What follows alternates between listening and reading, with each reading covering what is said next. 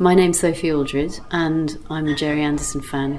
Sounds like it should be in a sort of meeting with other people sitting around, but I'm proud to announce that I'm a huge Gerry Anderson fan. I played Ace in Doctor Who for, 30 years now. I've been playing Ace in Doctor Who. I look exactly the same as I did when I was 25, amazingly, as I'm sure you'll all agree. I'm so glad this isn't visual. And it's great to talk about something other than Doctor Who for a change. And if you want to know what I've been doing right up to date, then Strangeness in Space is the thing, and you'll hear all about that later. Well, Sophie, thanks very much for agreeing to be interviewed about this. It's lovely to be able to speak to you about it. Would you like to tell us how you first got into the world of Gerry Anderson? Oh goodness, it's when I was about 5, and and I was watching it on TV, black and white, little set where you had to get up and change the channel with your hand. Can you remember those days? No, you're too young. And 1990. Yeah, there you go. And then an aerial at the back. You'd be the bunny ears doing that, or maybe have a coat hang over down around the back of it.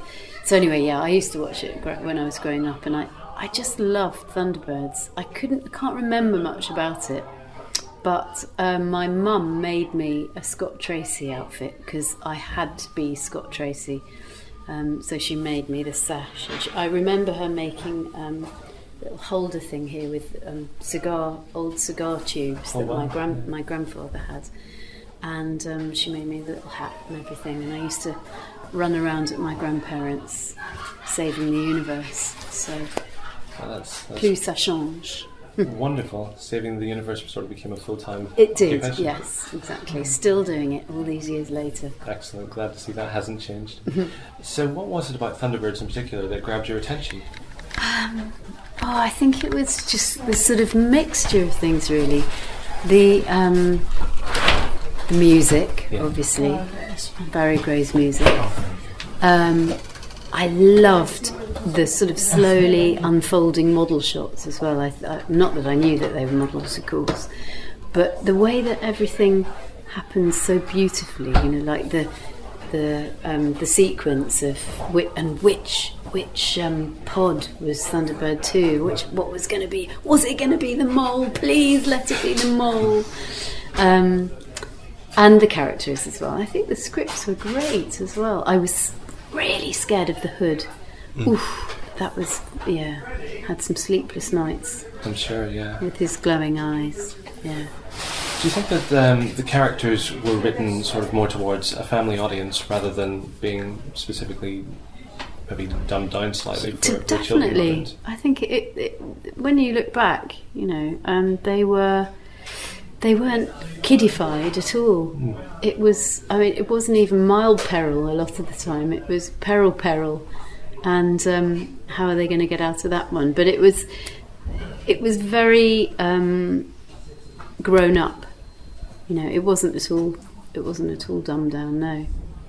I think that's probably a benefit. Is one of the reasons why the show has gone on for as long as it has. But what do you think that makes a Gerry Anderson series quintessentially Gerry Anderson? Oh, well, supermarionation obviously is one thing, but I guess I never noticed the strings growing up. Maybe it's because the TV was so fuzzy in those days, but it's the quality of the filming and the detail as well. The detail of the background shots and everything has been really carefully thought through. Or it's beautiful. It's really beautifully made. The scripts are good. Characters are always great. And I don't know, you kind of you're very fond of all the characters as well, and you get to know them very well. They're well written. That always helps. It's tempting in certain situations to maybe underwrite a character if it's felt the character's not as important or crucial. But in a Gerry Anderson series, quite often even the most minor characters are giving a great detail. Yes, even the kind of even the father and son characters at the beginning, who you know are going to get into terrible trouble and they're going to need to be rescued or whatever, but you get to sort of know their relationship. You get involved in their story. It's not just like the guy in Star Trek who's the extra one who goes down to the planet and you just know he's going to get shot. Well, he was wearing a red shirt, wasn't he? Well, exactly, yeah. But you mentioned the music as well, another very important aspect of the series as well. It's sort of unforgettable. You find yourself humming it occasionally. Oh, I just love it. It's so fantastic because the tunes are great, yes, but the arrangements are so fabulous. And the fact that symphony orchestras still play them nowadays, it just goes to show. They're fun for the musicians to play, I'm sure, and they're so sort of heroic. In fact, you know, our national anthem is so rubbish, it's so boring, and I think it was who was it who said that it should be the Archers, but I think it actually should be the Thunderbirds theme tune. Get my vote, definitely, 100%. Yeah. Well, you actually wrote your dissertation partly on the works of Gerry Anderson. Could you tell us a little bit about that? Yeah. Well, it was. We had to. We were thinking of subjects for our dissertations, and we could pretty much choose anything to do with theatre, film, TV, and I can't remember exactly who mentioned it, but I know that SIG magazine had just started, and there was a science fiction-y type bookshop in the Oxford Road Precinct Centre. This was way before the days of Forbidden Planet or anything like this, so it was a very unusual thing. There weren't many of those shops around, and I wandered in there one day. I was looking around. It wasn't actually even very well stocked either, because there wasn't much merchandising around. And I saw this SIG, which looked a bit like a sort of fan thing. And it had been typed, you know, again, no computers, no desktop publishing. And I picked it up and I bought it and I took it back to my flat and I thought, wow, this is great, a magazine devoted to Gerry Anderson. And I was looking through the letters page and I saw a letter from a guy and it said, I've just done a thesis on Gerry Anderson. If anybody is interested, get in touch. And I thought, that's amazing, what a great idea for a dissertation. So I went to my lecturer and I said, could I do something to do with Gerry Anderson and puppets on TV? He said, yeah, sure, you can do history of puppets on television and it'd be really fascinating, it'd be a really good one to do. So I wrote to this guy and we started corresponding. He sent me his dissertation and I kind of looked through it and I was really intrigued because he said he was an artist and he used to write these letters with pictures of Thunderbirds and stuff in the margins, and I thought, oh, that's really great. And he turned out to be Graham Bleethman, who then went on to do all the cutaway model books and stuff like that. And then, so of course I wrote my dissertation and I illustrated it as well. I thought you can't have a Gerry Anderson oeuvre and not illustrate it, so I painted these paintings. And not only that, but I actually painted Thunderbirds 1, 2 and 3 on the wall of our toilet in the flat in the house that we were renting at university at the time. And it was quite funny because years later I was talking to somebody who'd been at university and they actually said, oh, we had Thunderbirds on our... And I said, I painted those. So yeah, Graham, it was great because we started corresponding, and then of course then eventually I got into Doctor Who, and there was a convention, one of the very first ones I did was in Salisbury, and he lived in Salisbury, and he found out, he said, oh, do you want to come around for tea? So I went and actually met him for the first time, went to his house, and for the first time saw a fan's collection of stuff.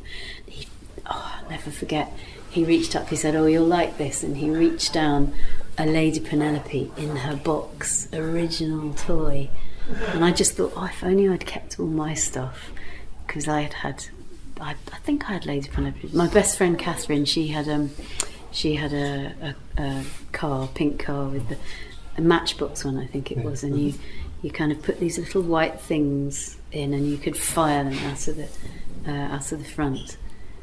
So yeah, that was how I did my dissertation. And it did very well, and apparently it was the most read dissertation in the drama department. Well, you must have been very pleased with that. Oh, I was very pleased, yes. And you mentioned in passing Doctor Who, of course, you played it, yes, and still do for Big Finish Productions. I do. With Sylvester McCoy back in the 80s. And am I right in thinking that your character actually wore a Henderson badge? Absolutely, yeah. She did rather enjoy blowing things up, didn't she? She certainly did. Well, it was quite funny because when we were putting the jacket together, because I had the idea for this jacket with the badges on, based on pictures I'd seen of cool girls in clubs at the time were wearing these jackets, and so I thought, I'll tell you what, I'll have as many of my own stuff as possible on it. So I had my Blue Peter badges, and I had my Henderson badge. I thought that would just be the perfect thing for her to have. And yeah, all sorts of them were my own badges actually, which was a bit of a nightmare when they had to double them for the stunt one. But yeah, I've still got my Henderson badge on my jacket in my wardrobe at home. Quite right too. And I suppose that neatly brings us on, just keeping on the theme with science fiction there.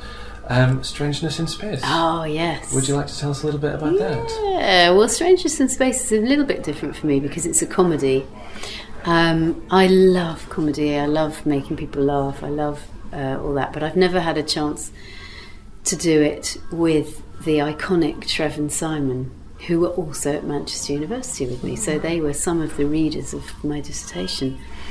So Claire Eden, who was also at university with us, she produced a podcast called Minister of Chance. And Simon and I were doing an appearance at the Space Centre in Leicester. And we were on stage together, and we were making each other laugh. And she thought, maybe they should do something together after all this time. And then we went to a reunion at Manchester. And it was the day after the night before, and we were sitting in a cafe. Claire said to me and Simon, would you like to do something? What about doing some kind of podcast or something, or a series? We said, yeah, we'd love to do that. So Trev and Simon went away and wrote a pilot of Strangeness in Space. The idea being that I worked in a gift shop at a space centre based loosely on the Leicester Space Centre, and through sort of inadvertently get blasted off into space with Trev and Simon, who are a 1980s tribute pop synth duo called Pink Custard, loosely based on Blancmange, of course, but much better. And we just end up having lots of adventures together, trying to get back to Earth. And we've had a real success. We crowdfunded for it and made our target within 2 weeks, which was amazing. And then we've done 6 episodes now. We've come to the end of the first series, and it's really good fun. People seem to be loving it. We've got loads of great kind of merchandise and stuff. She says, plugging merchandise. So yes, just go to the website www.strangenessinSpace.com. It's free to listen to, which I love. The fact that anyone can listen to it, and it's a real sort of family thing. So kids enjoy it, grannies enjoy it, everyone enjoys it. But we've had, again, a bit like Doctor Who, we've had people sort of queuing up to do it. So we've had Rufus Hound and Patterson Joseph, and who else? Carol Cleveland even came in and did a couple of lines for us, and Sylvester McCoy is playing my dad. It's great fun, and also we managed to persuade a really good friend of mine, Doon McKeekan, who's also at Manchester with us. It's a Manchester University thing, so she's our narrator, who's called Bounty Flightingale, who's sort of everybody's nightmare narrator, really. But she's great. And you mentioned that you've done the 6 episodes. Will we be getting a second series? Well, I thought that we'd talked about that actually, we'll just finish it off here and then see what happens. But actually, they've written such a massive cliffhanger for the last bit of series 6 that we're going to have to see. We're going to have to do another series, I think. Well, we will all be looking forward to that. So thank you Thank very much you. for that, Sophie. That's been perfect. Thank you very much.